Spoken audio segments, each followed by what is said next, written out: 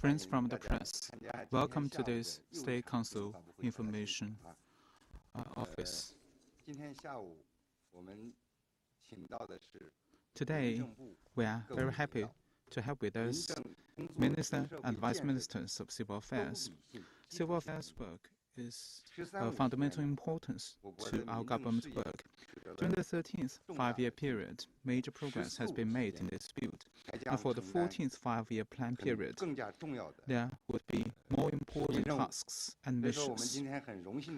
So today, we are very happy to have with us Minister of Civil Affairs, Mr. Li Jiheng, and Vice Ministers of Civil Affairs, Tang Chengpei, Ms. Gao Xiaobing, Mr. Wang Aiwen, and Mr. Zhan Chengfu. They'll talk about the reform and development of civil affairs and answer your questions. Now, some opening remarks from Minister Li. Minister, you have the floor. Ladies and gentlemen, friends from the press, good afternoon. Thank you for supporting our civil affairs work. Now let me give you a briefing on our work in 2020. Last year was a very unusual one in the history of New China. Under the strong leadership of the CPC Central Committee with Comrade Xi Jinping at its core, we on the civil affairs front have followed the guidance of the CPC Central Committee, made every effort to fight the disease, remove poverty, and meet people's basic needs. In this way, we have made new progress in our work. Number one, we have strengthened our political work. We have taken a clear political stand and voluntarily implemented Xi Jinping thought on socialism with Chinese characteristics for a new era. We have carried out the decisions of the 19th CPC National Congress and the 2nd, 3rd, 4th, and 5th plenary sessions of the 19th CPC Central Committee, as well as the decisions of the CPC Central Committee and State Council. We have put people first and work hard to meet people's basic needs. We have enforced full, vigorous self-discipline of the party and built a clean ecosystem of civil affairs. Number two, we have made major progress in COVID response. We have put people alive first, strengthened organization and leadership, and vigorously supported Hubei and Wuhan in fighting the disease. We have sent civil affairs task forces from 7 provinces to support Wuhan. Our vice ministers also went to Wuhan to inspect relevant work. We have widely mobilized charity, social organizations, community workers, and volunteers to get involved. We have received donations of nearly 40 billion yuan and more than 1 billion pieces of supplies. We have focused on COVID control for old people's homes, orphanages, mental health institutions, and beggars, as well as bureau services. We've adopted COVID response guidelines. In this way, there has been 0 infection in civil affairs services in most provinces and Xinjiang production core. We've also guided various places to strengthen COVID response and contributed our share to the nationwide effort. Number 3, we've made major progress in meeting people's basic needs. With a strong commitment in this regard, we work hard to enhance social assistance for poor population, which now covers over 19 million registered poor people. All those in need have been covered.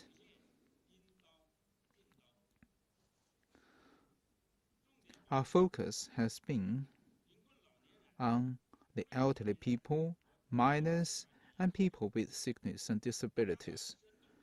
We have strengthened support for poor areas. We have adopted policies for relocation and settlement so as to consolidate the outcomes of poverty reduction. Number 4, we've steadily improved our services for the people. Now, 44 million people have been covered in the subsistence alliance standards, and such standards have increased 8.6% and 11.7% in urban and rural areas, respectively. 4.7 million people have been covered in the poverty support system, and their basic life standards increased by 9.2% and 12.2% in urban and rural areas, respectively. 254,000 uncared for children have been covered in the support system. Our disability and nursing subsidies now cover 12 million and 14 million people, respectively. We've also provided COVID-affected poor people with 28 billion yuan of subsidies. We have also extended a one-off life support to 93,000 uninsured, unemployed people. We have also guided urban and rural community organizations to get involved in flood control. Number 5, we have improved the old people's support system.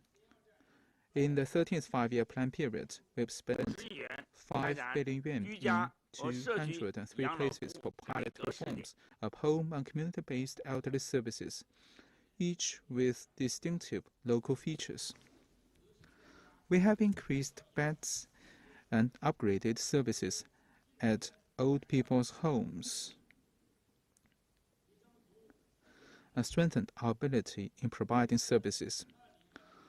By the end of 2020, we've had 38,000 old people's homes nationwide, up 10.4% year-on-year, and marking an increase of 37.2% from 2015. We've had 8 million beds at old people's homes, up 7.3% year-on-year, and an increase of 22.5% from 2015. We have also launched campaigns for 4 consecutive years to improve the quality of services at old people's homes, and adopted relevant regulation policies to uphold the rights and interests of the elderly people. Number 6, we've strengthened community-based social governance. We've shared best practices of exemplary communities and deepened the party-led primary level self-governance. We've strengthened the integrated service facilities at communities and steadily increased the coverage at urban and rural areas. We work hard to address the problem of excess community certificates. We have also strengthened political work for social organizations and increased the coverage of party organizations and party work. We have basically decoupled the industrial associations from administrative organs and standardized charging services. We have vigorously developed community and social organizations, strengthened professional social work and volunteer services. We have deepened bureau reform and work hard to address the inadequate business activities at cemeteries. This year marks the 100th anniversary of the founding of the CPC. It is also the first year of the 14th five-year period. We'll follow the guidance of the Xi Jinping thought on socialism with Chinese characteristics for a new era, strengthen the full consciousness, enhance the full confidence, and ensure to uphold. We will bear in mind the new development stage, implement the new development philosophy, and build the new development paradigm. We'll ensure stability in 6 areas and protections in 6 fields. We'll better perform our duties to meet people's basic needs, strengthen primary level social governance, and provide basic social services.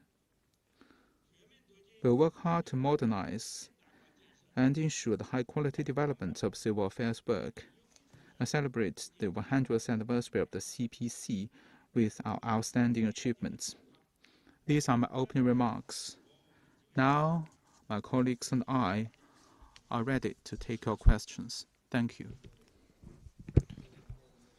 Now the floor is open for questions. Before the question, please notify the media that you are representing.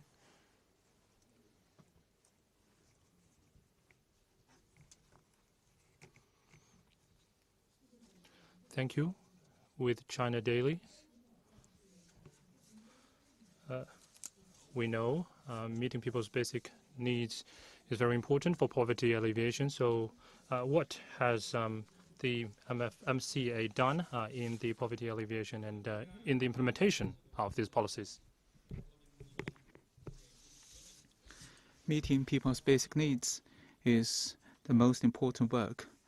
Now I want to give the floor to Mr. Tang Chengpei to answer this question. Thank you for raising this very important question. In recent years, the Ministry of Civil Affairs has been implementing earnestly the decisions of the Central Committee of the CPC and the instructions of General Secretary Xi Jinping.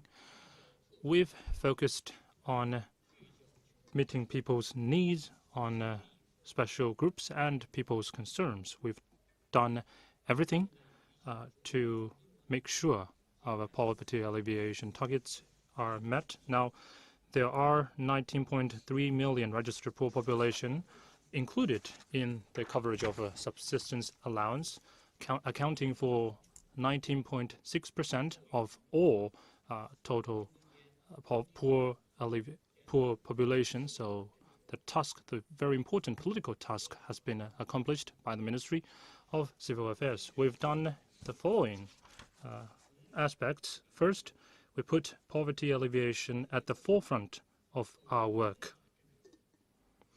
We take poverty alleviation as the top priority and a very important political responsibility as our work. We've made all-out efforts to channel more favorable policies, programs and fund to impoverished areas and the population, building a strong shield for the poor people. Apart from the 19.3 million poor people in all counties of China, the allowance standard is higher than the national standard. So the poor population that has been included in the subsistence allowance now have their basic needs met. Second, we have we have aligned the subsistence allowance system with the development-oriented poverty alleviation. We've made multiple policies and measures to improve basic social assistance system, including subsistence allowance in rural areas, relief support for the extremely poor people. And we have also established a verification system on the financial status of households that are receiving allowances, identify people in need in advance, and we have been improving the assistance for orphans, de facto unattended children, and rural left-behind groups.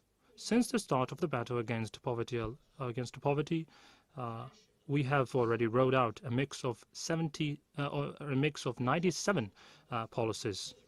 Third, we have provided better protection to special groups of people and improved the subsistence allowance system. Especially, we have covered the seriously disabled persons and people with major diseases to make sure everyone is included in the allowance. Well, maybe a disabled person or person with major disease will not be calculated as a person that can receive eligible for subsistence allowance on an individual basis, but we will give the allowance to this kind of people on an individual basis. And we have implemented the social assistance policies to make sure extremely impoverished persons, orphans, and unattended children, vagrants, to receive assistance. And we provide care and services to left behind children, women, and elderly people in rural areas. In general, we have targeted policies for different groups of people to make sure that their difficulties, specific difficulties, are addressed. Now, fourth, we have mobilized and encouraged private forces to join in our efforts for poverty alleviation. Charities, social organizations, and professional social workers and volunteers are all brought in. Now, since the start of the battle against poverty, extreme poverty, we have social organizations around the world, around the country, have launched 90,000 poverty alleviation projects with an investment of 124 billion yuan, making major contributions to poverty alleviation.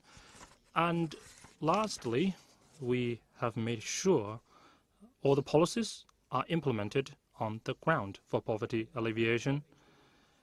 We have launched a society-wide campaign for poverty alleviation through subsistence allowance, and we examine and verify relevant data on a regular basis to make sure all qualified registered poor population are included in the coverage of subsistence allowance.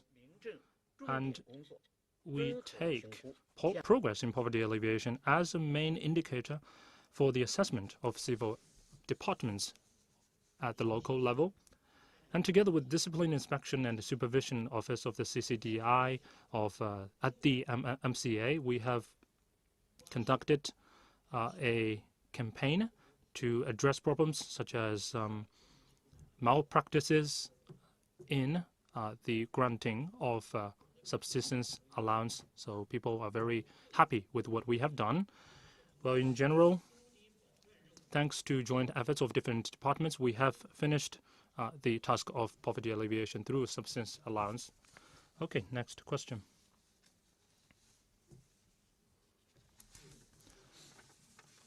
Thank you.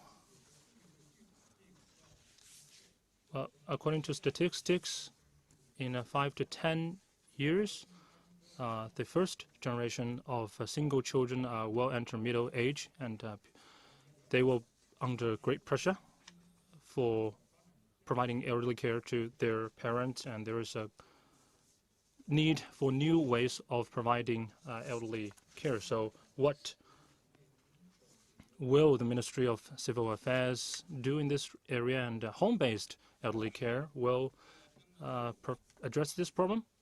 Elderly care is a very important question for China. We have elderly people in a lot of families. This is very important. So I will ask Madame Gao for this question. Thank you. This is a good question. And this is also a question that people are very interested in. Now, there are 13 ways of, 3 ways of elderly care: community-based, family-based, and home-based. Well, a lot of elderly people prefer home-based elderly care, but as disabled elderly person are growing in number, family-based elderly care is under great strain because families do not have enough resources, and sometimes they will collapse under the pressure of providing elderly care to the elderly people. So in this context, in 203 regions, the MCA, together with the Ministry of Finance, have launched pilot programs. And in the reform, there are a lot of good practices that suit the local conditions. And one of them is the home-based nursing services. So this kind of services are based on nursing homes where professional nursing services are moved from professional nursing homes to families, and the nursing homes will make elderly people's homes more friendly to elderly people and install health monitoring devices. This kind of services are very popular with elderly people.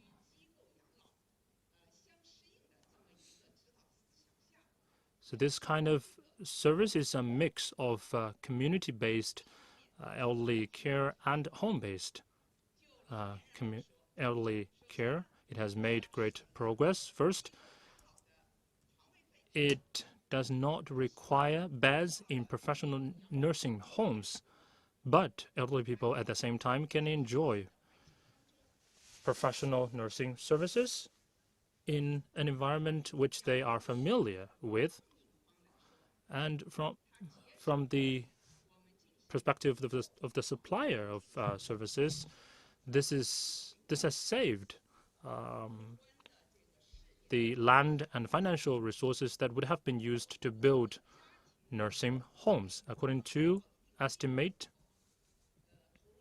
the cost of a home-based nursing bed is only 1/5 of building a bed in nursing homes. For example, in Nanjing, in recent years, it has added nearly 60,000 nursing beds at homes, equivalent to 50 million-sized nursing homes. So this will be a very important direction for us to provide elderly care by taking stock of the lessons and experience of the pilot programs.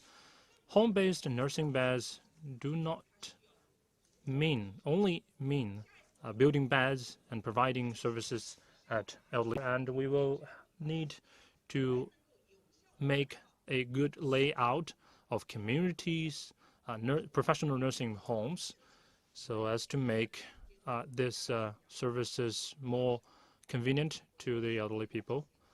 Thank you. Okay, next question.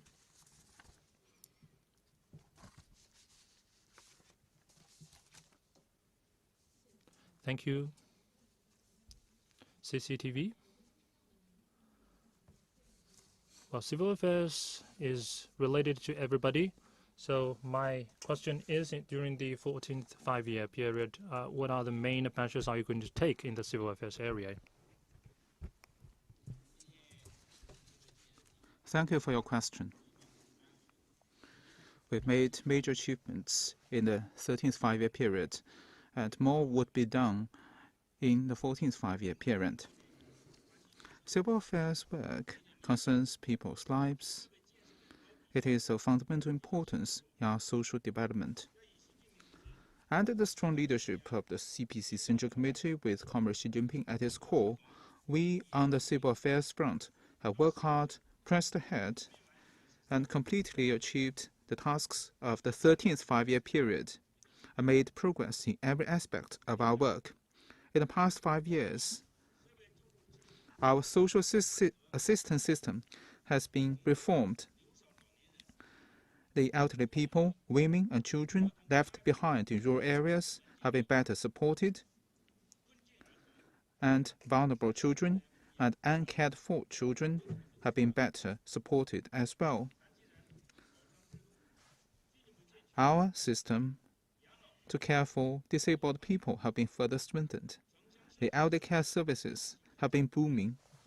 The rural and urban community governance has been carried out well, and reforms of our social organizations, bureau services, and marriage have been deepened. Our administrative setup has been further enhanced. The progress we've made has fully displayed the competence and strength of our socialist system. Having said that, in light of the CPC Central Committee's arrangement and people's expectations, we are still having some weak links in our work, and we need to work hard to address the acute problems of unbalanced and inadequate development of civil affairs. As we have entered the new development stage, we will continue to uphold the political nature of civil affairs work. We will continue to put people first and focus on meeting people's basic needs through social development. We will follow the decisions of the 4th and 5th plenary sessions of the 19th CPC Central Committee. I work hard on both high-quality formulation of the 14th Five-Year Plan and the long-term development of civil affairs.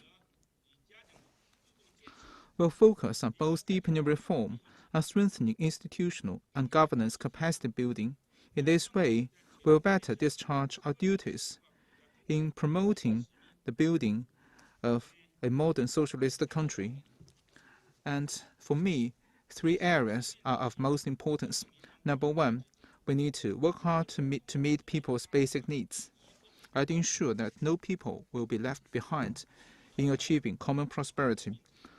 We will consolidate the outcomes of poverty reduction and ensure the consistency and stability of our policies.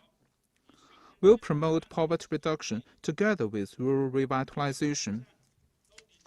We will further improve the subsistence alliance system. We will expand the coverage of this system and cover more low-income people as well as more elderly people, disabled people, and minors with such needs.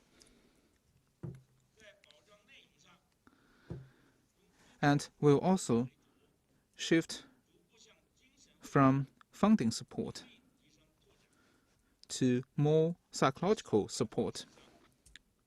We will also use big data to provide targeted services. We will also improve the standards of various social support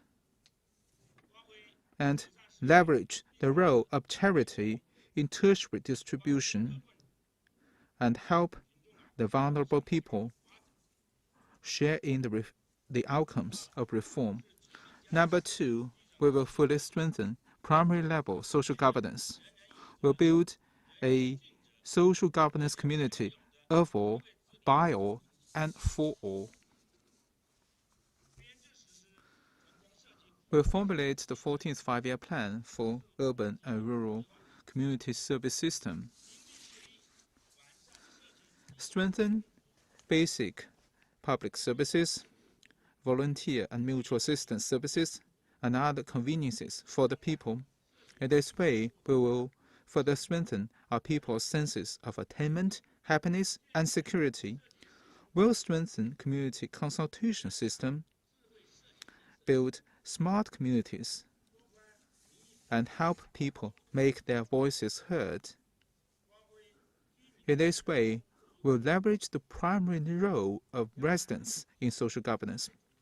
We'll strengthen political development of social organizations, improve management system, and regulatory mechanisms for such organizations. In this way, social organizations can better support economic and social development. We'll also standardize administrative setup and geographical names and advance reforms of marriage and bureau protocols and reduce burdens on the people. Number 3, we will fully improve elderly care services and help respond to the problem of the aging population. Just now, Madam Gao touched upon this point.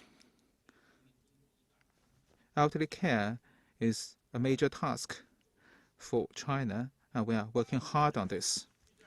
We'll vigorously develop home and community-based elderly services so that all elderly people can get access to such services in a very convenient manner, and make such services more accessible and diverse for the elderly people. We'll improve the services at old people's homes, increase nursing beds, and integrate medical and nursing services, and make every effort to meet elderly people's nursing needs. We'll develop the new model of elderly care plus services, advance their coordinated development, and meet different levels of needs. We'll strengthen regulation in this regard and ensure the high quality of such services. These are my answers to your questions. Thank you.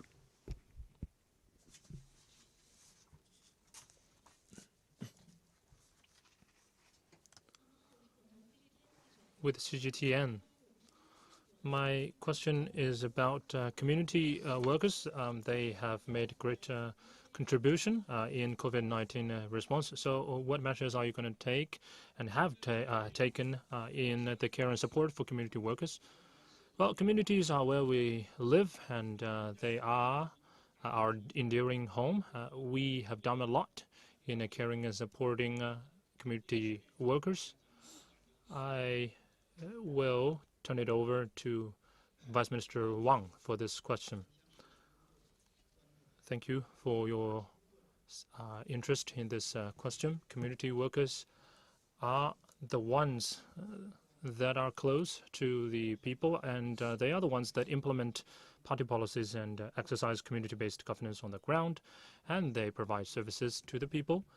In the fight against COVID-19, we all see the importance of has made policies in the following 4 aspects. First, last year, we drafted and released in the name of the State Council Interagency Task Force for COVID-19 response a policy document on caring and supporting measures for frontline community workers. This document is a very rich document. It has regulations and rules for leaves and also other incentive policies for community workers. There are mainly 8 measures that can provide good protection to the community workers. And second, we've improved community workers' salary and benefits together with the Central Organization Department of the CPC Central Committee, the Ministry of Finance, and the HR Ministry. We have improved the benefits for community workers. We also encourage local governments to establish promotion and salary systems that suit the conditions of community workers. And Shanghai is a very good example. It has adopted a very clearly structured salary system with 18 pay grades for 3 different positions, and this practice has been disseminated to multiple cities. And third, we have strengthened capacity building for community workers. The ministry has held 3 national community workers training sessions, and with the help of platforms like 学习强国, we have provided online training to village and community workers. Together with Publicity Department of the CPC Central Committee, we have provided 35 national training sessions for community workers. And platforms have been developed in a lot of places for training of community workers, for example, in Changchun, where President Xi Jinping has visited.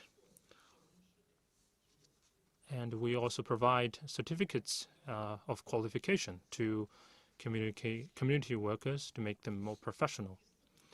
Fourth, we recognize and honor model community workers to make them better known to the public. Together with the CPC Central Committee Publicity Department, we have conducted a campaign in this regard to let community workers feel the caring and recognition from the public. Last year, the Ministry of Civil Affairs has launched an award campaign across the country for community workers that have made great contribution in a COVID-19 response, and 498 community workers have won the award. And the recent meeting of the Political Bureau of the CPC Central Committee, decisions were made to adopt a policy document on strengthening the incentive policies for community workers. And going forward, together with other departments, the Ministry of Civil Affairs will earnestly implement the requirements of this document, study and build a better incentive system for community workers, build a long-term mechanism for the implementation of these policies. And second, we will continue to strengthen their capacity building. Mainly, we will provide more training sessions to community workers. Now, this year, there will be a rotation of community workers in a lot of local levels. So we will provide on-the-job training for them. And third, we will continue to honor more model community workers. And again, together with the Publicity Department of the CPC Central Committee, we will hold a new round of publicity campaign of model community workers to honor community workers more. Thank you. Okay, next question.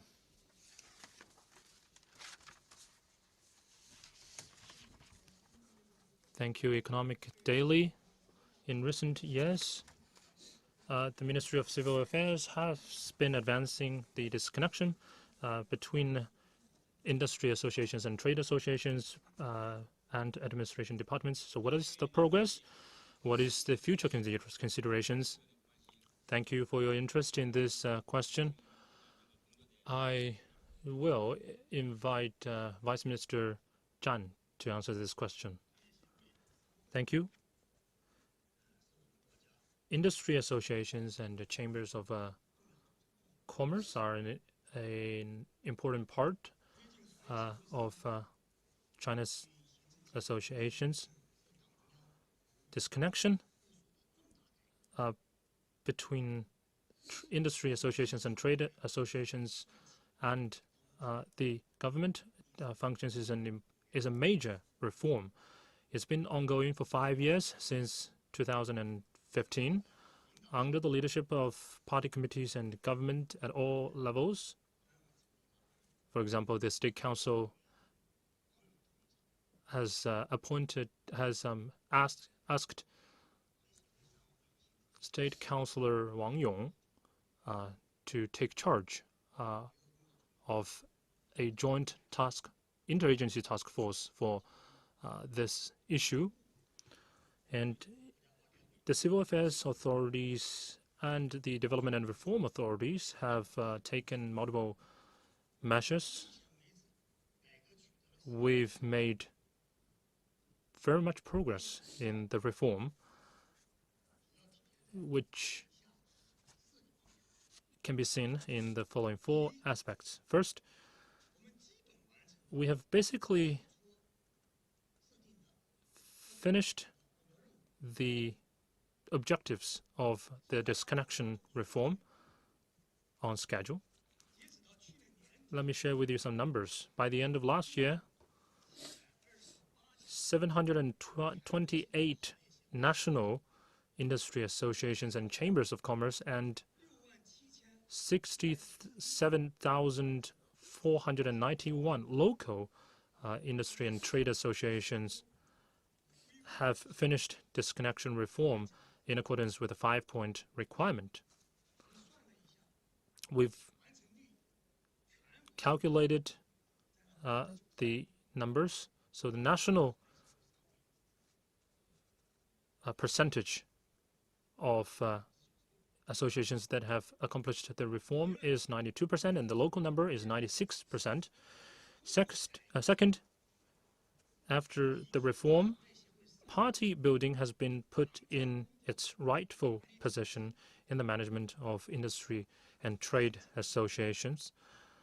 Party leadership now steers the development in the right direction of the industry and the trade associations. Of modern social organizations in which functions of the government are separated from social organizations, rights and responsibilities are clearly established, and social organizations exercise autonomy in accordance with law has been established in a preliminary manner. And fourth, the reform has brought out and strengthened the unique advantage and role of industry and trade associations as assistant to the government, linchpin to linchpin of an industry, and a helping hand to businesses in recent years in the COVID-19 response, in the reopening of economy, in foreign cooperation. Industry and trade associations have played an important role.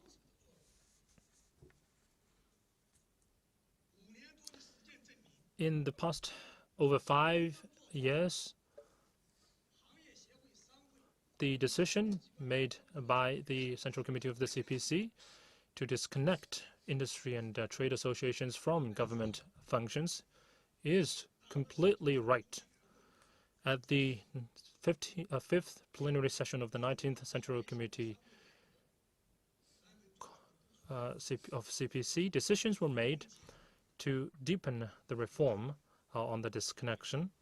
And now the Civil Affairs Ministry, together with the National Development and Reform Commission, are earnestly implementing the decisions at the fifth plenary session. Going forward, we will further consolidate the progress we've made in the reform of disconnection, strengthen the leading role of party building, improve the overall regulation, enhance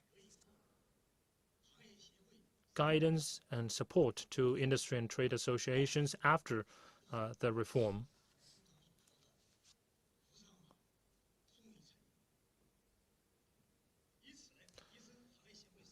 By these efforts, we will enhance the capacities of industry and trade associations to help them play a bigger role to develop themselves in a better way. And we will give full play to the role of industry and trade associations in serving the new development paradigm. Thank you. Okay, next question.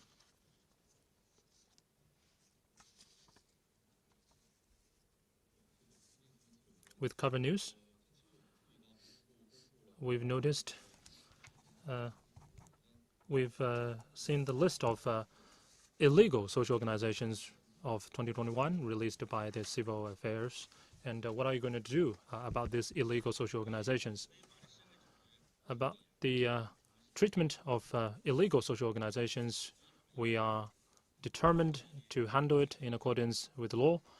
And I will invite Minister Zhang for this question. Thank you for your question. We have noted that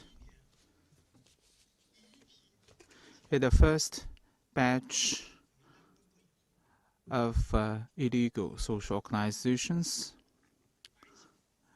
there are, after we have published such a list, that has attracted wide social attention. This shows that we have done a correct job and a good job. We want to thank a lot of contributors, including you, the journalists. Thanks to your work, more and more people now understand that the illegal social organizations are doing bad things. And in this way, these social organizations would be condemned by everybody. In our country, we define such organizations in this way. They mean that those social organizations that have not registered, but they are using the names of social organizations to carry out activities.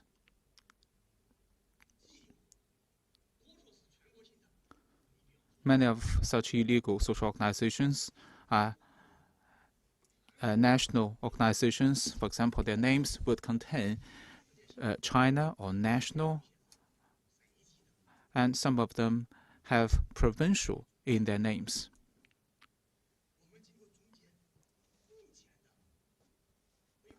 We have found that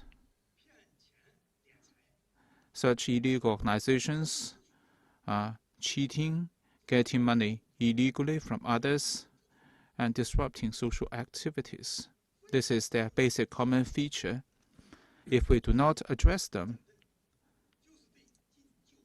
then we cannot live up to the expectations of the people, and that would mean a breach of the 900,000 legal social organizations.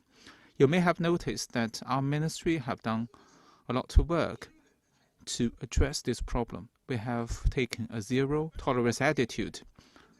Since 2018, our ministry, together with Ministry of Public Security, has carried out campaigns to address these illegal social organizations. We used 9 months in this campaign and dealt with a total of 14,000 illegal social organizations. After this campaign, we have addressed this problem on a continued and regular basis. This year, we have published a first list of illegal social organizations, which is part of our regular campaign and regular work. Let me stress here that addressing illegal social organizations is systemic work, which requires all-round efforts. Publishing a list of such organizations is the basic work. Some may say that publishing a list is not enough. Well, let me say this. Publishing such a list is important. As we let people know which are these organizations, then people would be cautioned against them. People would stay alarmed as they deal with such organizations. This is a reminder or a warning for the ordinary people. Meanwhile, we hope that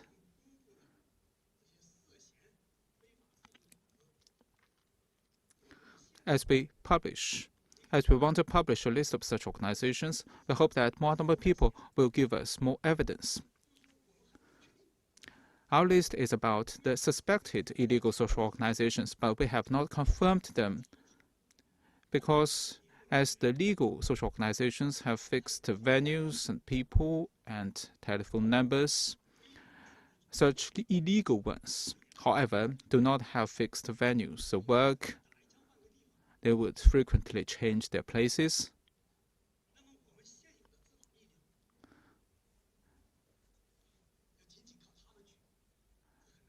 Our law enforcement agencies are not enough to address these illegal social organizations. We hope that we rely on the society We hope that everybody can help us find such illegal organizations, and we will verify the evidence and fix the evidence, consolidate the evidence,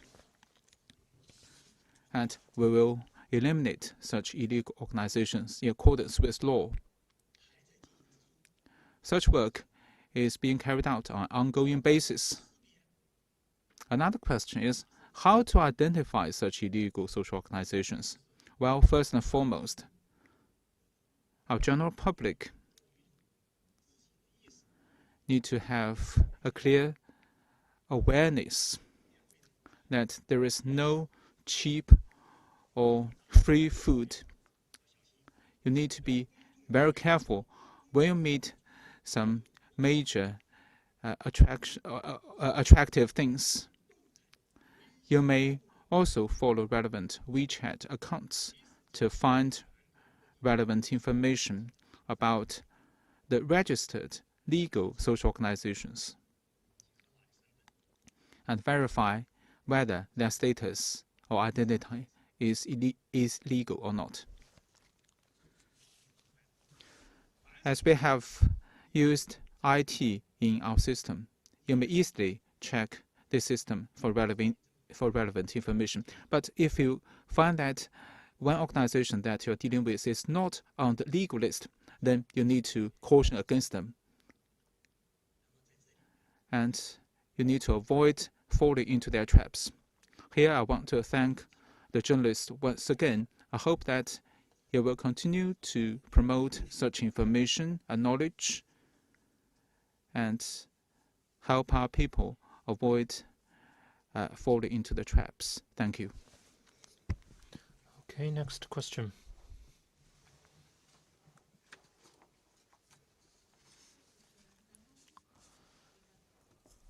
South Daily. Since January the 6th, the protection law for minors will be entering into force, and there will be a coordinating mechanism for the implementation of this law. And unattended children will be included in this scope, and there will be stations for protection of minors in communities. And how will the Ministry of Civil Affairs implement this law? Thank you for your question. I will turn it over to Madame Gao for this question. Thank you for your interest and care for the minors. Last year, 17th of October, President Xi signed an executive order for a new protection law for a new law for the protection of minors, and it will be entering into force from June the 1st. From 1991, the first law for protection of the minors entered into force. It's been over 30 years, and 2 revisions and 1 amendments were made. So this time, this revision is in light of the realities and the need on the ground. From the perspective of civil affairs, it means more responsibility for us to implement this new law. As you have mentioned, there are new responsibilities for our ministry. We will do our best to step up to the responsibilities. First, we need to work faster to establish mechanisms for the protection of the minors at the national level, and this is an ongoing job. The protection mechanism for the minors will be a platform where we can coordinate, guide, instruct, and urge relevant departments to do a good job in the protection of minors. And we will also encourage departments and local government at county, provincial levels to establish relevant mechanisms. Second, we need to strengthen the the protection of the state for the minors. We will make policies for long-term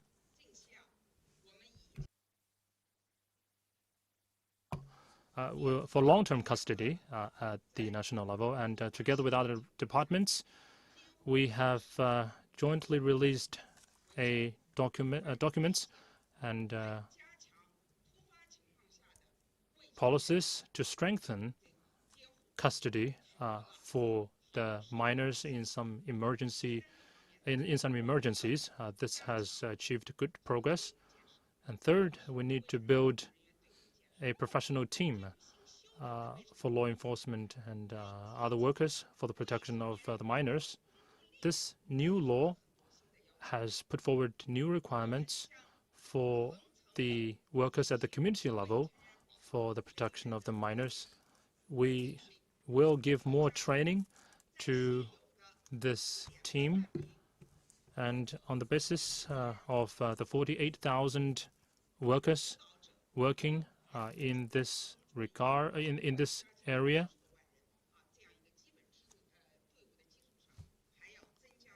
we will add more force, manpower in this work, and we will give training to them.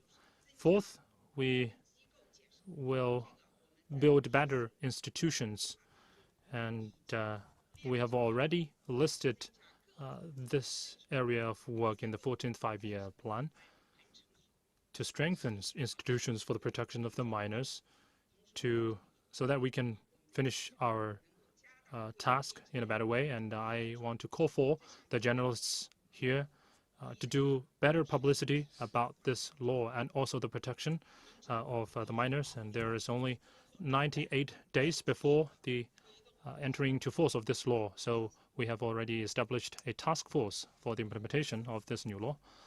Now, the last question, please.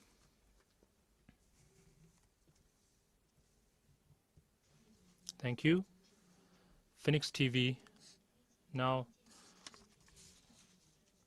China has already embarked upon a new journey towards fully building a modern socialist country. China is still the biggest developing country and still faces problems of imbalanced development, and people still face difficulties in their life.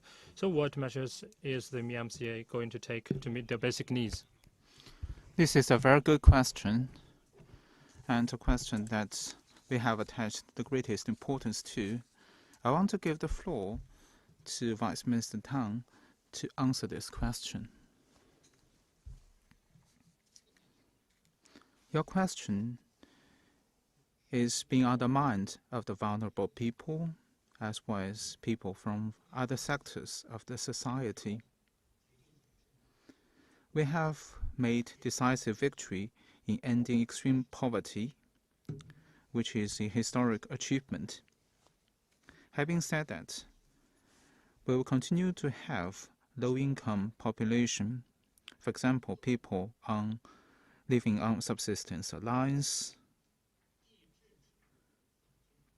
There are also some rural population which could easily return to poverty. There are also other people who are still having livelihood difficulties due to their sickness or natural disasters. We need to work hard to improve the lives of such vulnerable population. In light of the requirements of the CPC Central Committee and State Council, our ministry need to focus on the following areas. Number one, we need to establish a database for low-income population.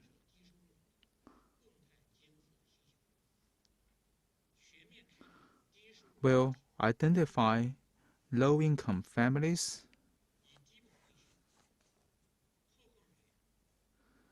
which would basically cover vulnerable people and low-income families. With a focus on such population, we will keep updating the database for low-income people.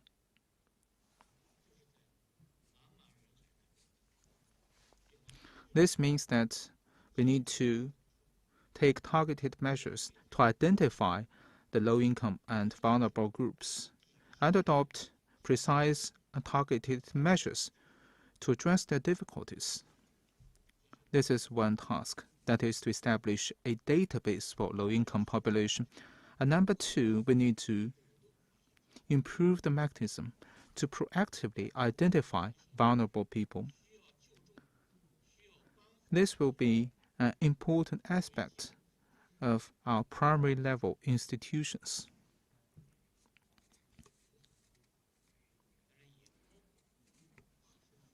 We'll use big data to identify the vulnerable people.